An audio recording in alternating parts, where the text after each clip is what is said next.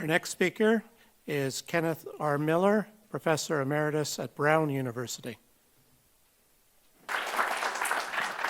Thanks very much, and I'd like to thank Barbara for her exposition of many of the underlying principles that led up to the Kitzmiller versus Dover trial, and I'm going to do my best to recount the story of that trial in the next few minutes.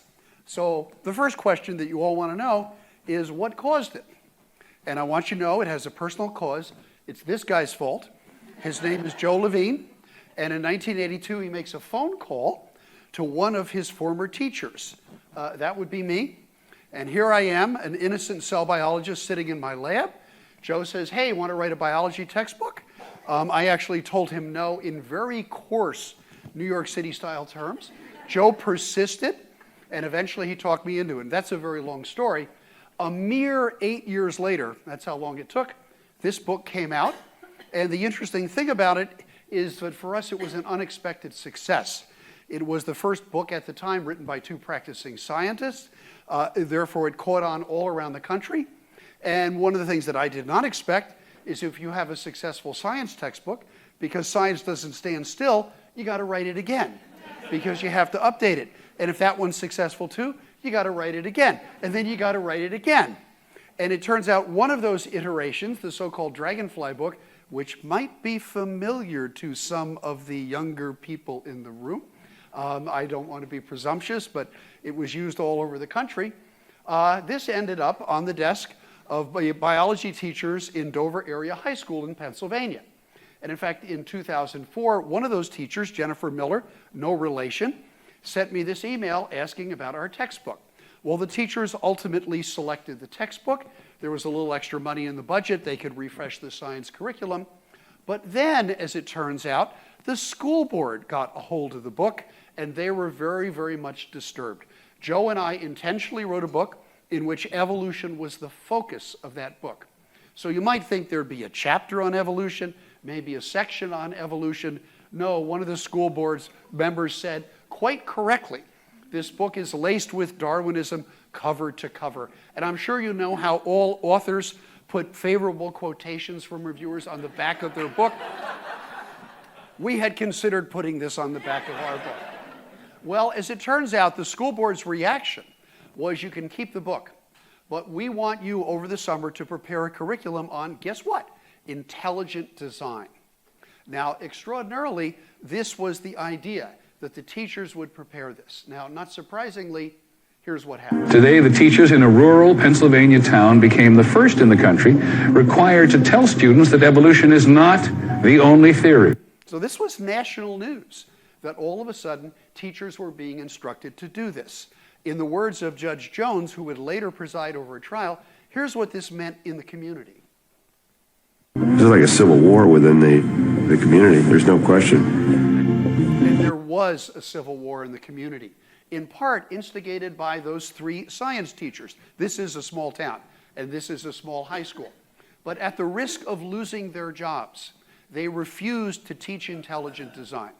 So what the school board was reduced to doing was, first of all, buying classroom sets of the intelligent design textbook, Pandas and People, that you all just heard about, and also writing up a little lesson on intelligent design. They gave it to the teachers saying, would you at least read the lesson? Once again, courageously, they refused. So the assistant superintendent was reduced to coming into Dover Area High School one day and teaching about intelligent design to all of the biology classes. The next day, 11 parents filed this First Amendment lawsuit in federal court in Pennsylvania. And here are some photos from press conferences of the attorneys, some of which are one of which, Eric Rothschild, you can see him holding Pandas and People in the lower left-hand corner. The case is named, as all multi-part cases are, after the first named plaintiff, and that was Tammy Kitzmiller, this unassuming woman sitting right here. And here's the student thumbing through, of course, the Miller-Levine textbook, all part of it. Now, in terms of what was the state of things in the country at the time, this was really heating up. And it was heating up to the point that Time magazine published a cover story called Evolution Wars. And this is well before the trial in Pennsylvania, but they pointed out that many states have had controversy and are having controversies about the teaching of evolution. And here you see a tale of two textbooks, once again comparing our dragonfly book to Of Pandas and People. Well, things move very quickly, and in effect, I'm jumping ahead to the conclusion. If you'd like to read about the trial, there are 4 books that have been written around the trial. One of my favorites in terms of titles is Monkey Girl by Edward Humes. That comes its title because the daughters of Tammy Kitzmiller were students at Dover High School. And a couple of students started calling their daughters Monkey Girl. They said, your mom says we're descended from monkeys, so I'm going to call you Monkey Girl.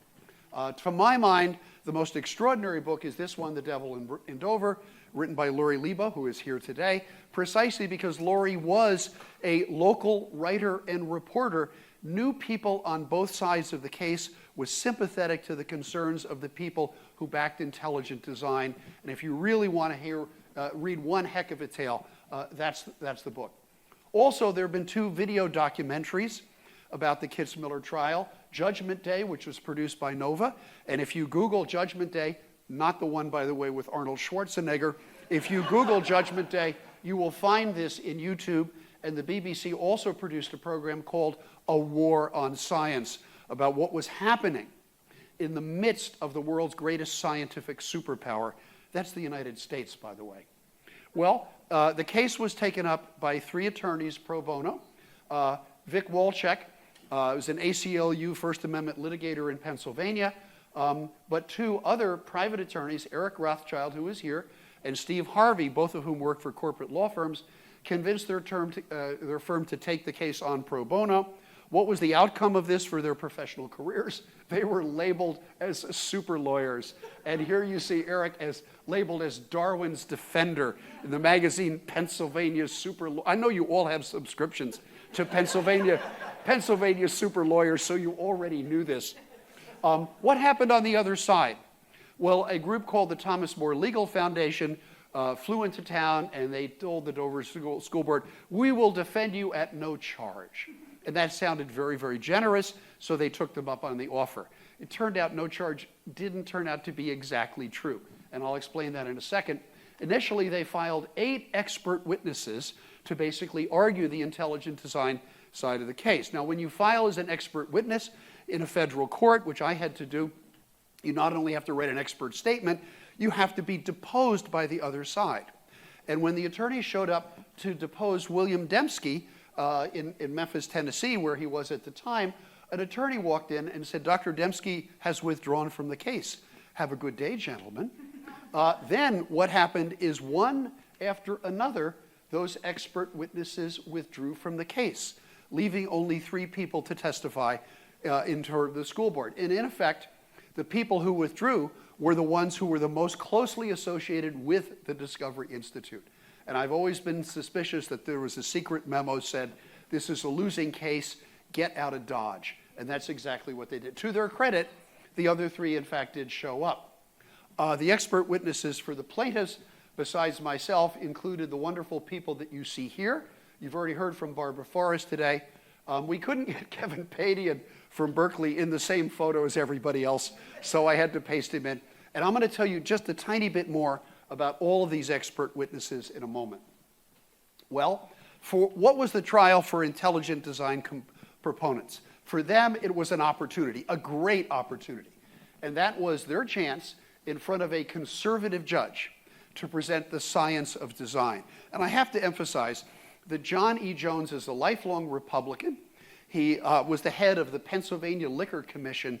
If you know Pennsylvania, that's very important because the state sells all the booze in Pennsylvania. And that was a very important position. He was recommended for the federal bench by Senator Rick Santorum of Pennsylvania, one of the most conservative members of the Senate. So his conservative credentials were impeccable. The trial initiated on September 27th, and the decision was finally handed down in December 21st. So it lasted quite a while. Kitzmiller involved issues of law, the Constitution, the religious motivations of ID proponents, and you heard Barbara talk about those. But from my point of view as a scientist, at its heart was the claim that intelligent design was a legitimate scientific theory. And I have to compliment him because no person has made this case more eloquently or completely than biochemist Michael Behe of Lehigh University. He wrote a book called Darwin's Black Box, articulating the idea of irreducible complexity, which I'll come back to in a second. And he also wrote large sections of that intelligent design textbook called Pandas and People. So how does a scientist react to a claim like this of intelligent design? I decided early on that I would simply treat it as any scientist would, which is I would basically treat it as we would any scientific theory and put it to the test and see if it holds up, see if it works. I didn't want to dismiss this out of hand. So the principal claim is that evolution cannot explain the origin of complex cellular machines. Thank you, Barbara. I don't have to explain what the bacterial flagellum is. That's much appreciated. Why can evolution not explain the presence of these? And that is allegedly because they possess a quality called irreducible complexity. And the argument is that if something is irreducibly complex, it could not have been produced by evolution, even in principle. So how do you know that? Well, you know that because, according to Mike, an irreducibly complex system cannot be produced by slight successive modifications of a precursor system. That's how evolution works, by the way, because any precursor to an irreducibly complex system that is missing a part is by definition non-functional. Case closed. It's got multiple parts. You take a part away, it doesn't work. Therefore, it must have been designed. So a graphic version of that argument is this. The complete machine, and you heard about the mousetrap, the complete machine has a function when all the parts are there, but the individual parts do not. And again, Behe wrote, since natural selection requires a function to select, an irreducibly complex biological system would have to arise an integrated unit for natural selection to have anything to act on. It sounds like a very cogent argument. So here's another graphic representation of this, and that is when all the parts are together, functions are favored by natural selection, but the individual parts have no selectable function of their own. Therefore, only a designer could produce that. What's the evolutionary answer to that? It's very simple, and that is the parts, the components originate with functions of their own, and new functions emerge from combinations of components. We see this time and time again in biological systems. And finally, the actual biochemical machine emerges. So there are two contrasting arguments here. And I actually use these slides in court, although I have to warn you that in court, they're not called slides, they're called demonstratives. So I had to say, not next slide, please, but next demonstrative, please. It sounded very, very legalistic. So here is what irreducible complexity predicts, and that is the parts should be useless on their own, and what evolution predicts is that the parts should be functional, but doing other jobs. So again, being an experimentalist, I like experiments, but also I like experiments that nature has already done for us, and here's one of them. Here is a diagram of the bacterial flagellum showing many of the protein parts. It is indeed a complex, integrated, and I have to say, as an electron microscopist by trade, a very beautiful structure. It truly is. It's nature's rotary engine. Nature invented a rotary engine about 4 billion years before we came up with one. So let's do an experiment.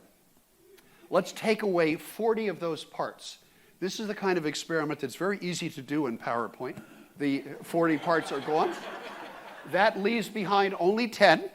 And of course, according to Dr. Behe, those 10 parts should be non-functional. But if you will forgive the double negative, they are not non-functional. They actually make up, and Barbara introduced this to you, a system that is used by certain bacteria, including Yersinia pestis, which causes bubonic plague, to inject toxins into the cells in which they attack. So these 10 proteins are very strongly homologous to the 10 proteins in the base of the flagellum. It's perfectly functional, and it supports the evolution model for this. Now remember that statement. Any precursor to an irreducibly complex system that is missing a part is by definition non-functional. I took their system of choice.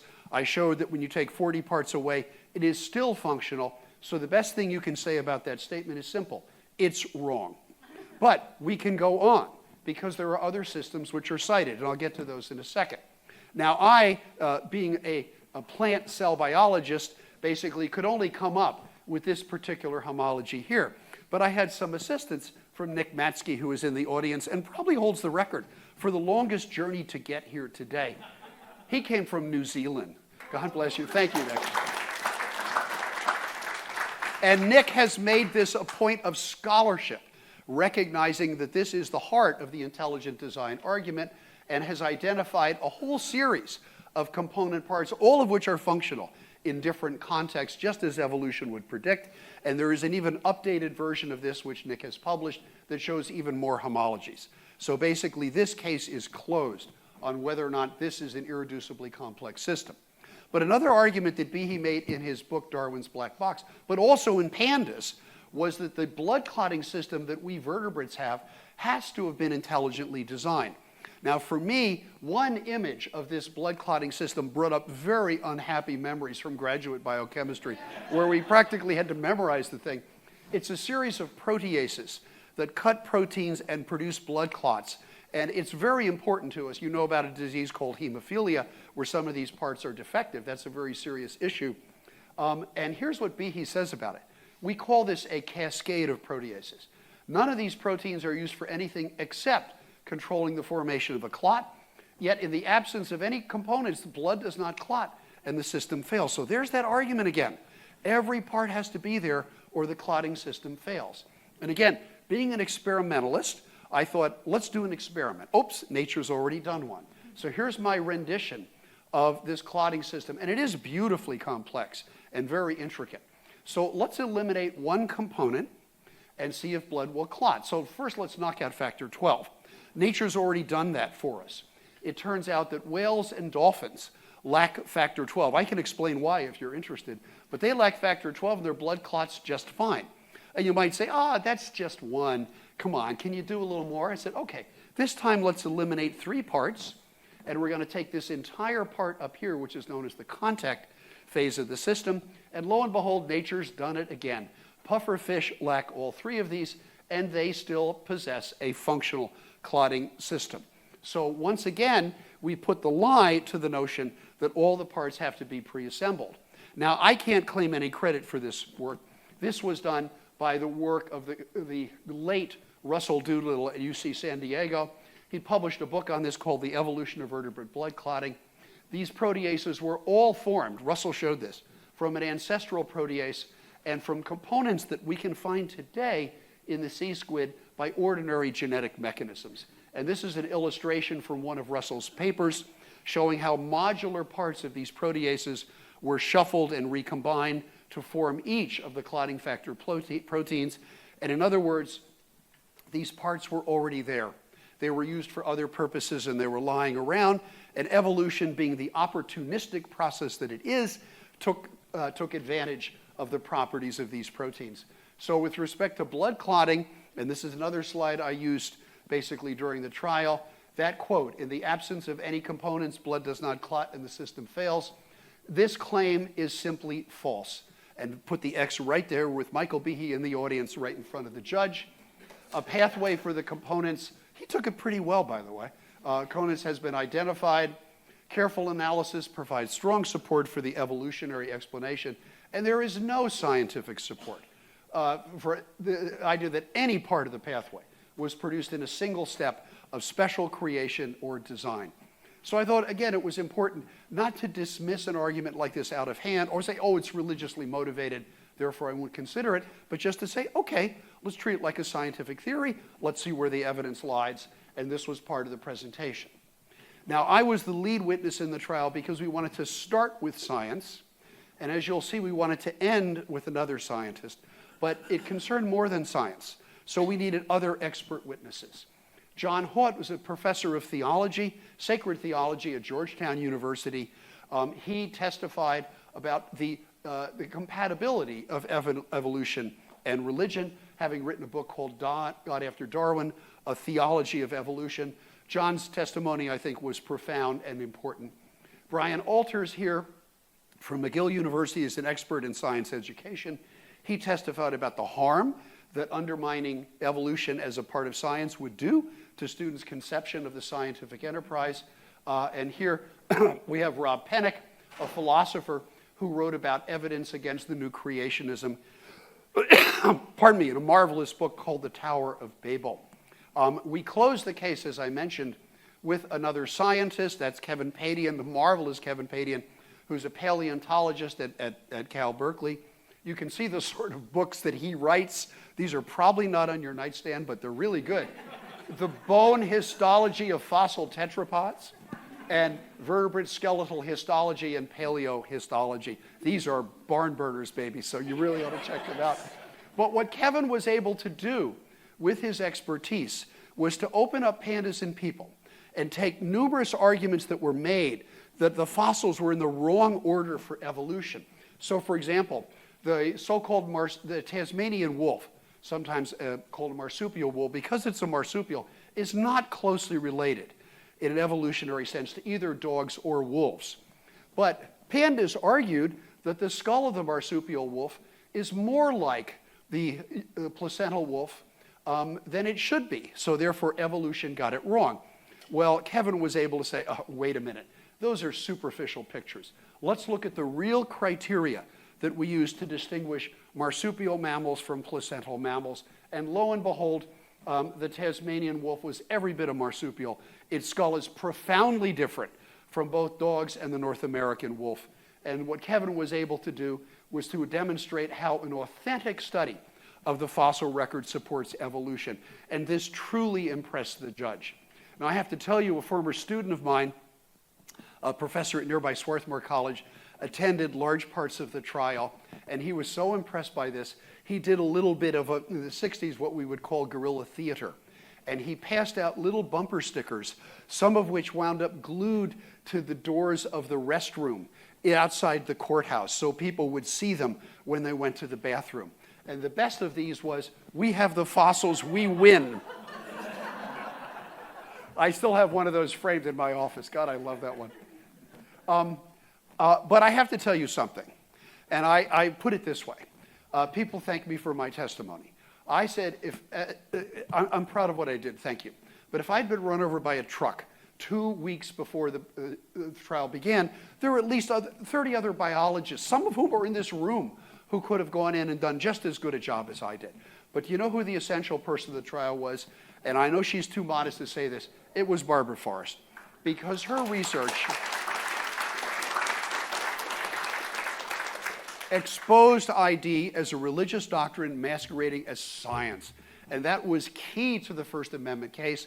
Her prodigious research, going through thousands and thousands and thousands of dot matrix printed pages, to me is just absolutely unbelievable.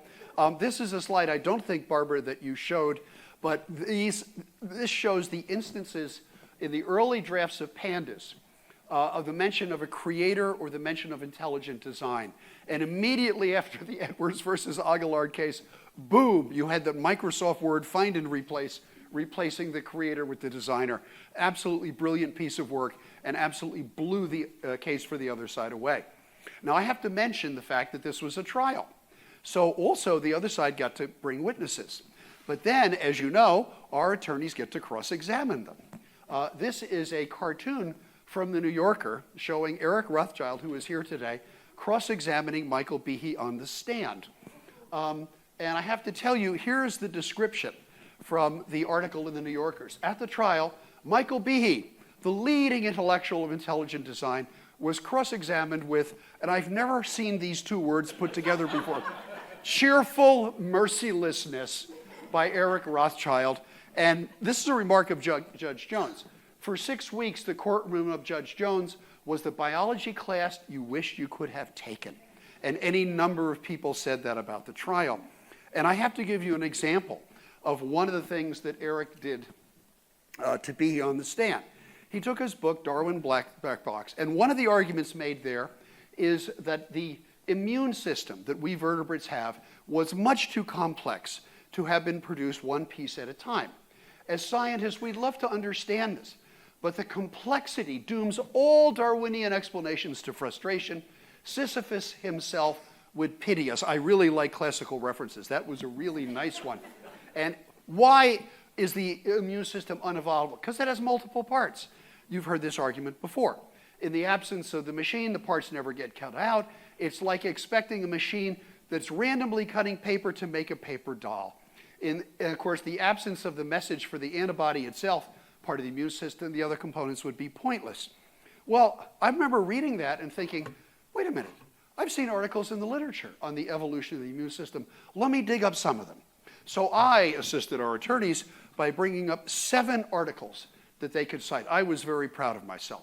However, what happened then is that this guy got hold of it again, and he came up with like 70 articles in addition to chapters in textbooks and books actually written on the immune system. All of this is for real. This was stacked on the witness stand in front of Dr. Behe, and it is important for this purpose to realize that Dr. Behe is not very tall, and therefore the stack required him to look around as Eric Rothschild maneuvered in the courtroom, and it really made an impression. And how did he react to this? And this is from the judge's decision. He was questioned about his claim that science would never find an evolutionary explanation. He was presented with 58 publications, 9 books, and several immunology chapters, there they are, about the evolution of the immune system. However, he simply insisted this was insufficient evidence, and it wasn't good enough for him. And I have to tell you, when the judge saw all that stacked in front of him, and B saying, not good enough, it really made an impression in the court. But I have to, and I don't want to run over time, but I have to tell you about one more cross-examination. And that is members of the school board, including this guy, Alan Bonsell, and William Buckingham, who you've heard before, were called to testify. And in this case, Steve Harvey got to question them. And later on, Judge Jones said this cross-examination should be taught in every law school in the country. So remember, they were eager to say intelligent design is not creationism, not creationism. So Buckingham's on the stand, and Steve says, with respect to creationism, it's your testimony that creationism was never said by any board member, including you at any meeting. And Buckingham goes, that's true.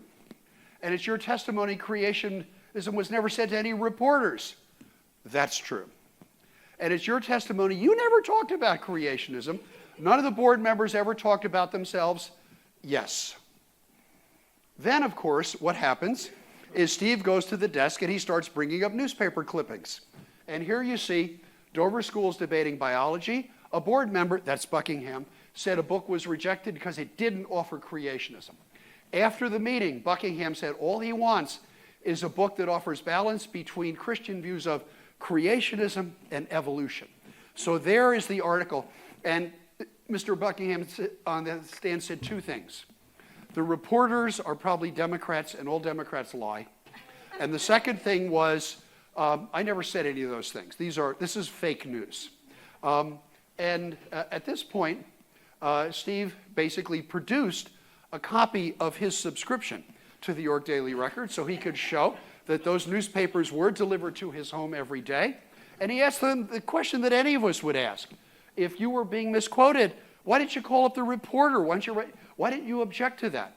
And his answer was really very simple. And that is, he said, I never read any of them. I only read the sports pages. So again, here's what a good attorney does. So once again, Steve Harvey has that from him, and he says, okay, now let's get this right. 6 articles in the papers delivered to your door every day on this meeting. You didn't read any of them. Is that right?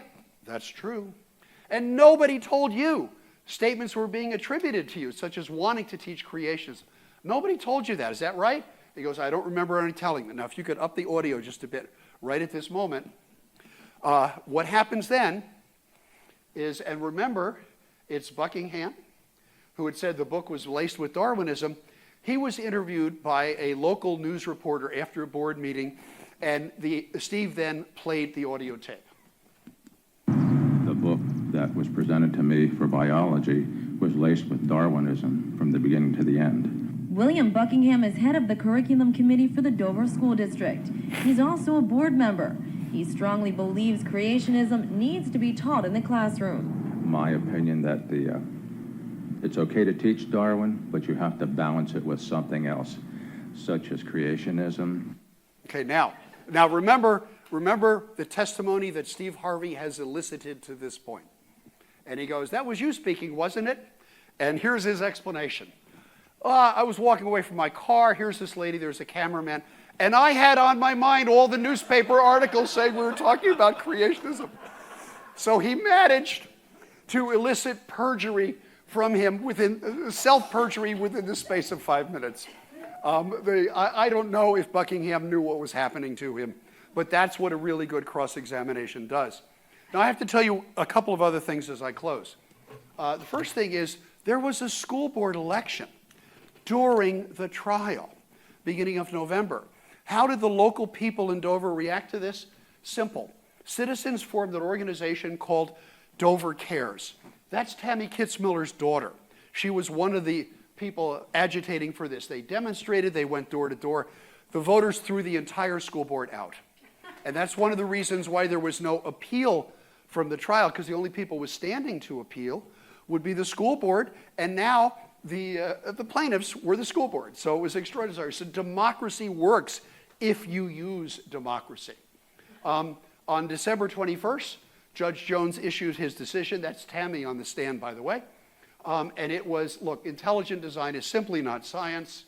This was front page news in everything from USA Today to the New York Times. It was the lead story that night on every single network news show. And it set off rejoicing among the 11 plaintiffs and the parents. It was an extraordinary event. But here's the problem, and here's what I want to emphasize today. And you heard a bit of this from Barbara. The battle isn't over. You heard about West Virginia basically signing bills to allow people to introduce anti-evolutionary theories, including intelligent design. In 2024, last year, there were multiple attacks on the teaching of controversial theories. This goes with these academic freedom laws.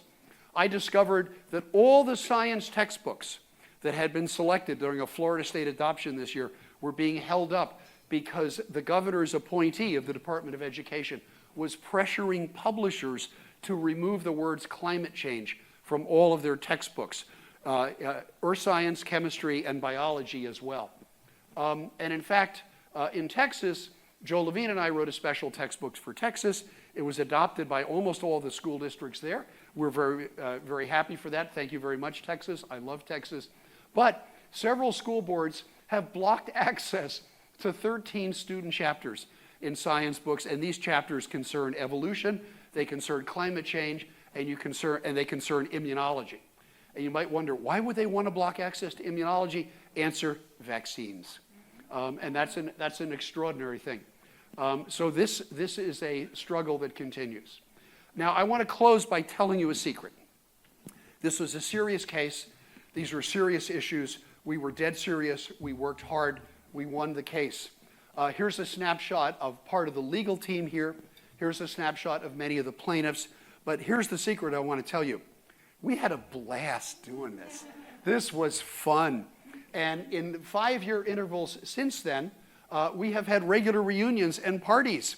And one of the reasons why so many principals in this case, people in this case, are here today for this conference is this is our 20-year reunion. We started to party last night. And we're going to party again. But, like I said, this is a serious case. But I want to tell you something. This pales alongside what's happening to American science right now. This is a graphic from the New York Times showing the way research funding at NSF is being gutted. And I mean gutted. This is the article from the New York Times. The science funding is at its lowest level in decades.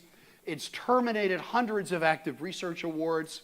Trump's cut are going to affect a generation of future scientists. I can't imagine being a young postdoc now and continuing my career in science, given the current climate. It's just unbelievable. They literally threw the National Science Foundation out of their headquarters 2 weeks ago, which is just unbelievable. This challenges the model that underlies U.S. scientific dominance. World scientists are looking elsewhere. They no longer expect the United States to lead the world in science, and they're right about that, damn it. And what we are witnessing is nothing less than the self-induced suicide of a scientific superpower. And ladies and gentlemen, that's us. I want to close by saying we should all be mad as hell about this, and it's up to us, scientists, educators, and citizens, to sound the alarm. Thanks a lot.